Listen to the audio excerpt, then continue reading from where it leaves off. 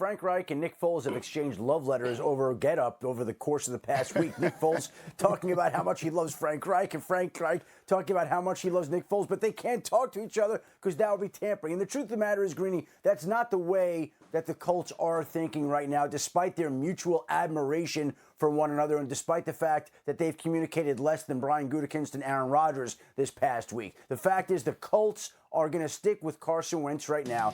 They are giving him 2 weeks. In 2 weeks from the time he had the surgery, they will reevaluate where he's at in the process and see how he's doing at that time. And if they feel he's lagging behind, and if they feel they haven't seen what they wanted to out of Jacob Eason and Sam Erlinger, the young quarterbacks on their roster right now, then they could explore making a move for a veteran quarterback. But that's not the way they're thinking right now. That's not the way they're operating and planning. And as much as that love affair exists between the coach of the Colts and the quarterback of the Bears, right now a reunion is not on the horizon, though that always could change in the future.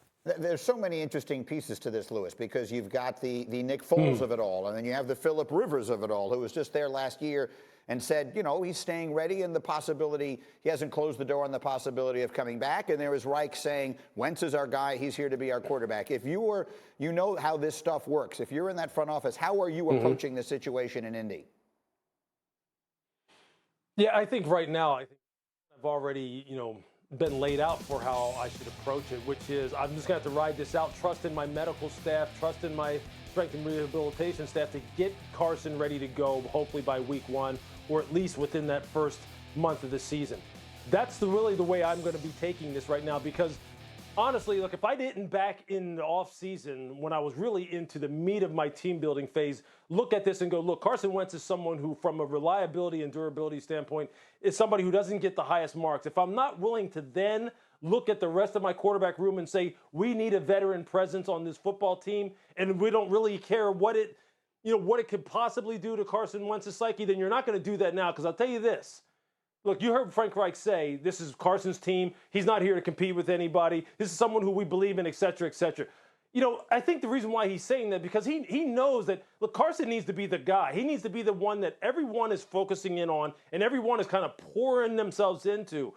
I just don't, for them to bring in a Nick Foles at this point in time for Carson Wentz, or any veteran quarterback for someone who, to me, has as fragile of a psyche as Carson Wentz, I think that could be something that really just gets things sideways and upsets the apple cart, so to speak, on this football team, in that quarterback room in particular.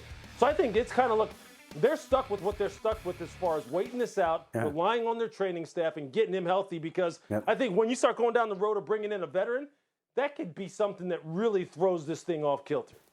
And Lou, that is a great point, because, again, it is about the physical questions with Carson and his foot, but there are people who believe it is much about the mental aspect of this as anything else. And if they were to go out and bring in Nick Foles, that would send a certain kind of message to Carson Wentz. And I don't know that some people believe that he would react favorably in that regard, which could be another reason yet that they're holding off on doing anything and showing no inclination or indication whatsoever that that's a road that they're going to pursue.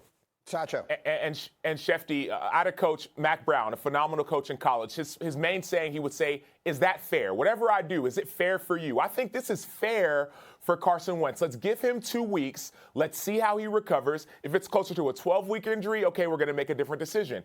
If Jacob Eason's looking good, maybe we can sit a little bit. But I think this is fair for Carson Wentz, for Frank Reich to say, you are our guy. You are our quarterback. It's not about a fragile psyche, right? If anything, people could say Aaron Rodgers has a fragile psyche because he's not getting what he wanted. It's about having a coach who believes in you. And I think Carson has that right here in Indy. And I think it's very fair to give him 2 weeks to evaluate your roster. You got Phillip Rivers waiting in the wings, so I think it's a win-win for everyone. Thank you for watching ESPN on YouTube. For live streaming sports and premium content, subscribe to ESPN+.